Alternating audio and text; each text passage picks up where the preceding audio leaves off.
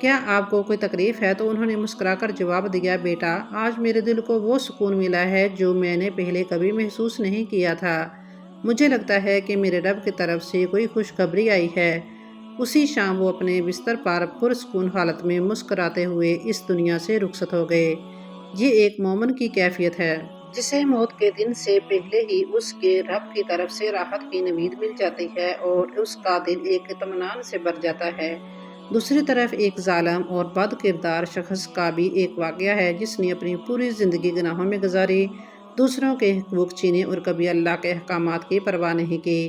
اس کی زندگی آخر دن اس کے رشتہ داروں نے دیکھا کہ وہ شدید بے چینی اور گھبراہٹ کا شکار تھا۔ اس کا دل بے تحاشا دھڑک رہا تھا اور اس کے سینے پر غیر معمولی بوجھ اور دباؤ محسوس ہو رہا تھا۔ وہ بار بار اپنے سینے کو تھامتا اور کراتا تھا، مجھے سانس نہیں آ رہی، میرا سینہ پھٹا جا رہا ہے۔ اس کی آنکھوں میں ایک شدید خوف تھا جو اس کے پورے چہرے سے عیاں تھا۔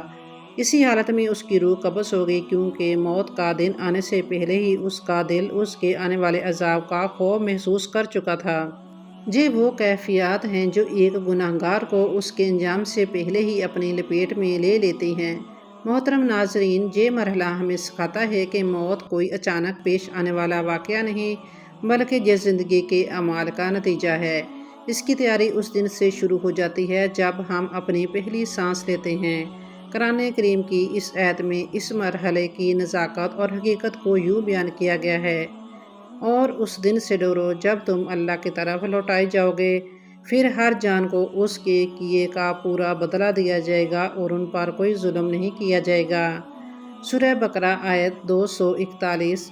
یہ آیت ہمیں خبردار کرتی ہے کہ موت محض ایک اختتام نہیں بلکہ ایک نئے سفر کا آغاز ہے، ایک ایسا سفر جس کی منزل ہمارے آج کے اعمال پر منحصر ہے کہ ہم اس سفر کے لیے تیار ہیں۔ کیا ہمارا دل موت کے دن بھی اطمینان اور سکون محسوس کرے گا؟ محترم ناظرین، موت کا سفر پہلے مرحلے یعنی یوم الموت کے بعد اپنی اگلی منزل کی طرف گامزن ہوتا ہے۔ یہ وہ لمحہ ہے جب روح جسم سے نکلنے کا عمل شروع کرتی ہے۔ یہ سفر پاؤں کے تلووں سے شروع ہوتا ہے۔ روح آہستہ آہستہ اوپر کی طرف بڑھتی ہے، پاؤں سے ہوتے ہوتے ٹانگوں، گھٹنوں، پیٹ، ناف اور پھر سینے تک پہنچتی ہے۔ اس دوران انسان اپنے جسم میں ایک عجیب اور ناقابل بیان تبدیلی محسوس کرتا ہے۔ اس کے جسم سے قوت اور طاقت آہستہ آہستہ ختم ہونا شروع ہو جاتی ہے۔ اسے تھکن اور کمزوری کا احساس ہوتا ہے اور کھڑا ہونا ناممکن ہو جاتا ہے۔ یہ لمحہ انتہائی نازک اور پر اسرار ہوتا ہے۔ اگرچہ جسم میں یہ بعض تبدیلیاں رونما ہو رہی ہوتی ہیں، لیکن انسان کو اس بات کا احساس ہی نہیں ہو پاتا کہ اس کی روح جسم چھوڑ رہی ہے۔ وہ اسے محض ایک بیماری یا شدید کمزوری سمجھتا ہے۔ اسے یہ گمان ہوتا ہے کہ شاید کچھ دیر بعد سب ٹھیک ہو جائے گا، لیکن حقیقت میں اس کی روح اپنے آخری سفر کی طرف بڑھ رہی ہوتی ہے۔ دوسرے مرحلے کے فوراً بعد موت کا تیسرا مرحلہ ترقی کا سفر کرتا ہے۔ ترقی دراصل حلق کے نیچے دو ہڈیوں کو کہا جاتا ہے جو کاندھوں تک پھیلی ہوتی ہیں۔ جب روح اس مقام تک پہنچتی ہے تو انسان کی سانس تیز اور بے ترتیب ہو جاتی ہے۔ یہ وہ وقت ہے جب روح اپنے جسم کو چھوڑنے کی آخری تیاری کر رہی ہوتی ہے۔ یہ لمحہ انسان کے لیے انتہائی مشکل اور تکلیف دہ ہوتا ہے۔ قرآن کریم میں سورہ قیامہ کی آیت 26 سے 29 میں اس لمحے کا انتہائی مؤثر انداز میں ذکر کیا گیا ہے۔ یعنی ہرگز نہیں، جب روح ہنسلی کی ہڈیوں تک پہنچ جائے گی اور کہا جائے گا، کون ہے جھاڑ پھونک کرنے والا، اور وہ سمجھ جائے گا کہ یہ وقت جدائی کا ہے اور ایک پنڈلی دوسری پنڈلی سے لپیٹ جائے گی۔ اے انسان، تیرے رب کی طرف لے جانے کا وقت ہو چکا ہے۔ یہ آیت ہمیں بتاتی ہے کہ جب روح ترقی کے مقام تک پہنچتی ہے تو انسان اپنی موت کا یقین کر لیتا ہے۔ اسی لمحے اسے یہ سمجھ آ جاتا ہے کہ یہ بیماری یا کمزوری نہیں بلکہ یہ تو زندگی کا آخری لمحہ ہے۔ اس کے جسم کا نچلا حصہ بے جان ہو جاتا ہے اور پنڈلیاں آپس میں لپٹ جاتی ہیں۔ اس وقت انسان اپنے ارد گرد موجود لوگوں کو دیکھ کر یہ جاننا چاہتا ہے کہ کیا کوئی اس کی مدد کر سکتا ہے۔ کوئی اس کی روح کو جسم میں واپس لا سکتا ہے، لیکن کوئی مدد نہیں کر سکتا کیونکہ یہ اللہ کا فیصلہ ہے اور وقت جدائی کا ہے۔ محترم ناظرین، ایک مشہور ڈاکٹر تھے جو اپنی پوری زندگی سائنس پر یقین رکھتے تھے اور ہر شے کو صرف تجربات اور مشاہدات کی بنیاد پر پرکھتے تھے۔ وہ روحانیت اور آخرت کے تصور کو محض ایک افسانہ سمجھتے تھے۔ جب ان کی طبیعت اچانک بگڑنے لگی اور ان کے جسم کے نچلے حصے بے جان ہونے لگے تو ان کے گھر والوں نے فوراً انہیں ہسپتال لے جانے کا انتظام کیا۔ ڈاکٹروں کی ٹیم نے ہر ممکن کوشش کی لیکن وہ سمجھ نہیں پا رہے تھے کہ کیا ہو رہا ہے۔ ان کی سانس اکھڑنے لگی اور وہ خود شدید بے چینی میں مبتلا ہو گئے۔ وہ اپنے ارد گرد موجود ڈاکٹروں اور گھر والوں کو دیکھ رہے تھے لیکن ان سے بات نہیں کر پا رہے تھے۔ ایک لمحے کے لیے انہوں نے اپنے ہاتھ سے اپنے حلق کی طرف اشارہ کیا جیسے وہ کچھ بتانا چاہتے ہوں۔ ان کے خاندان والے سمجھ رہے تھے کہ شاید وہ درد محسوس کر رہے ہیں لیکن انہیں یہ معلوم نہیں تھا کہ وہ کیا محسوس کر رہے ہیں۔ وہ دیکھ رہے تھے کہ ان کی روح ترقی کے مقام پر پہنچ چکی تھی اور ان کی پنڈلی دوسری پنڈلی سے لپٹ چکی تھی، جیسا کہ قرآن کریم میں بیان کیا گیا ہے۔ اس وقت انہیں یہ یقین ہو چکا تھا کہ ان کا وقت آ چکا ہے، لیکن وہ یہ بات کسی کو بتا نہیں سکتے تھے کیونکہ ان کی زبان بے جان ہو چکی تھی۔ یہ وہ لمحہ تھا جب ان کا سائنسی یقین روحانی حقیقت کے سامنے بے بس ہو چکا تھا۔ یہ مراحل ہمیں سکھاتے ہیں کہ موت ایک طویل اور پیچیدہ عمل ہے جو جسم کے ساتھ ساتھ روح پر بھی اثر انداز ہوتا ہے۔ یہ سفر ہمیں یاد دلاتا ہے کہ زندگی کی ہر سانس قیمتی ہے اور ہمیں اس ابدی سفر کی تیاری کرنی چاہیے۔ محترم ناظرین، موت کا چوتھا اور سب سے آخری مرحلہ حلقوم کہلاتا ہے۔ یہ وہ لمحہ ہے جب زندگی کی سانسیں بالکل قریب آ جاتی ہیں اور روح گلے تک پہنچ جاتی ہے۔ یہ وقت انسان کے لیے سب سے زیادہ تکلیف دہ اور مشکل ہوتا ہے کیونکہ اس کی وجہ سے محض جسمانی اذیت نہیں ہوتی بلکہ یہ ایک روحانی کشمکش کا لمحہ ہوتا ہے۔ اس وقت انسان کی آنکھوں سے وہ پردہ ہٹ جاتا ہے جو اس دنیا میں رہتے ہوئے اسے روحانی دنیا سے پوشیدہ رکھتا تھا۔ وہ پہلی بار اپنے ارد گرد فرشتوں اور آخرت کی دنیا کا مشاہدہ کرنا شروع کرتا ہے جس کے بارے میں اس نے اب تک صرف سنا تھا۔ قرآن کریم میں سورہ کہف کی آیت نمبر 22 میں اللہ تعالیٰ نے اس کیفیت کو بہت واضح انداز میں بیان کیا ہے۔ یعنی یقیناً تو اس سے غافل تھا، پس ہم نے تجھ سے تیرا پردہ ہٹا دیا اور آج تیری نگاہ بہت تیز ہے۔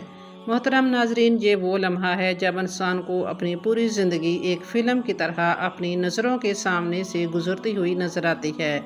وہ اپنے اعمال، اپنی نیکیوں اور اپنی خطاؤں کا حساب ایک ہی لمحے میں دیکھ لیتا ہے۔ یہ وہ وقت ہے جب اس کا ایمان اپنے رب کی رحمت یا اس کے غضب کو دیکھتا ہے اور اسے معلوم ہو جاتا ہے کہ اس کا انجام کیا ہونے والا ہے۔ محترم ناظرین، یہاں ایک اور حیرت انگیز حقیقت یہ ہے کہ اس انتہائی نازک اور تکلیف دہ لمحے میں بھی شیطان انسان کو گمراہ کرنے کی کوشش کرتا ہے۔ وہ آ کر انسان کے کان میں سرگوشیاں کرتا ہے، اسے اپنے رب سے مایوس کرنے کی کوشش کرتا ہے تاکہ وہ موت سے پہلے آخری بار کلمہ کفر پر مر جائے، لیکن اللہ پاک نے اس سے بچنے کا راستہ بھی ہمیں سکھایا ہے۔ قرآن کریم میں اللہ اس صورتحال سے پناہ مانگنے کا حکم دیتے ہیں، یعنی کہو کہ اے میرے رب، میں شیطان کے وسوسوں سے تیری پناہ مانگتا ہوں اور اس سے بھی کہ وہ میرے پاس آئیں۔ سورہ مومن آیت نمبر 97 اور 98۔ یہ آیت ہمیں یاد دلاتی ہے کہ زندگی کا آخری لمحہ بھی شیطان کی چالوں سے خالی نہیں ہوتا، اس لیے ہمیں ہر وقت اپنے ایمان کو مضبوط رکھنا چاہیے اور شیطان کے وسوسوں سے اللہ کی پناہ مانگتے رہنا چاہیے۔ محترم ناظرین، موت کا سفر جس کا آغاز یوم موت سے ہوتا ہے اپنے آخری اور فیصلہ کن مرحلے کی طرف گامزن ہوتا ہے۔ یہ وہ لمحہ ہے جب موت کا فرشتہ حضرت عزرائیل علیہ السلام روح کو قبض کرنے کے لیے ظاہر ہوتے ہیں۔ یہ وہ وقت ہے جب انسان کے سامنے اس کی پوری زندگی کے اعمال کا نتیجہ واضح ہو کر سامنے آ جاتا ہے۔ اس لمحے پردے ہٹ جاتے ہیں اور روح کو یہ معلوم ہو جاتا ہے کہ وہ اللہ کی رحمت والوں میں سے ہے یا اس کے غضب والوں میں سے ہے۔ اس کی کیفیت کا اندازہ اس بات سے لگایا جا سکتا ہے کہ کیا وہ روح اپنی پوری زندگی کی کمائی کا باقی پھول پاتی ہے یا اپنے گناہوں کا عذاب۔ محترم ناظرین، جب ایک مومن کی روح قبض ہوتی ہے تو جنت کے فرشتے اس کے لیے ریشمی اور خوشبودار کفن لے کر آتے ہیں اور اس کی روح کو خوش آمدید کہتے ہیں۔ یہ ایک مومن کی دنیاوی زندگی کی جدوجہد، صبر اور تقوی کا انعام ہوتا ہے۔ اللہ تعالیٰ نے قرآن کریم کی سورہ فجر میں اسلامی خوبصورتی اس طرح بیان کی ہے، جس کا ترجمہ ہے: اے اطمینان والی روح، اپنے رب کی طرف لوٹ، اس حال میں کہ تو اس سے راضی ہے اور وہ تجھ سے راضی ہے، اور میرے بندوں میں داخل ہو جا اور میری جنت میں داخل ہو جا۔ محترم ناظرین، اس کے برعکس ایک ظالم اور بد کردار انسان جس نے ساری زندگی دوسرے لوگوں کے حقوق چھینے اور اللہ کی نافرمانی کی اپنے موت کے بستر پر پڑا تھا، اس کے گرد و نواح میں شدید گھبراہٹ اور بے چینی کی کیفیت تھی۔ اس کے جسم میں اچانک شدید جھٹکے لگنے لگے اور وہ چیخنے لگا۔ اس کے جسم سے پسینہ بہنے لگا، اس کی آنکھوں میں شدید خوف تھا۔ یہ وہ لمحہ ہے جب ملک الموت اس کی روح کو سختی سے نکال رہے تھے، جیسا کہ اللہ تعالیٰ نے قرآن مجید میں فرمایا: پس فرشتے ان کی روحیں سختی سے نکالتے ہیں، ان کے چہروں اور پشتوں پر مارتے ہیں۔ محترم ناظرین، یہ وہ لمحہ ہے جب بد عمل انسان اپنی برائی کا پھل پاتا ہے۔ اس کی روح کو جسم سے اس طرح کھینچا جاتا ہے جیسے خاردار درخت کی شاخ کو گیلی اون سے نکالا جائے۔ روح کا ہر حصہ جسم کے ساتھ چمٹا ہوا محسوس ہوتا ہے اور ہر کھینچ پر شدید اذیت ہوتی ہے۔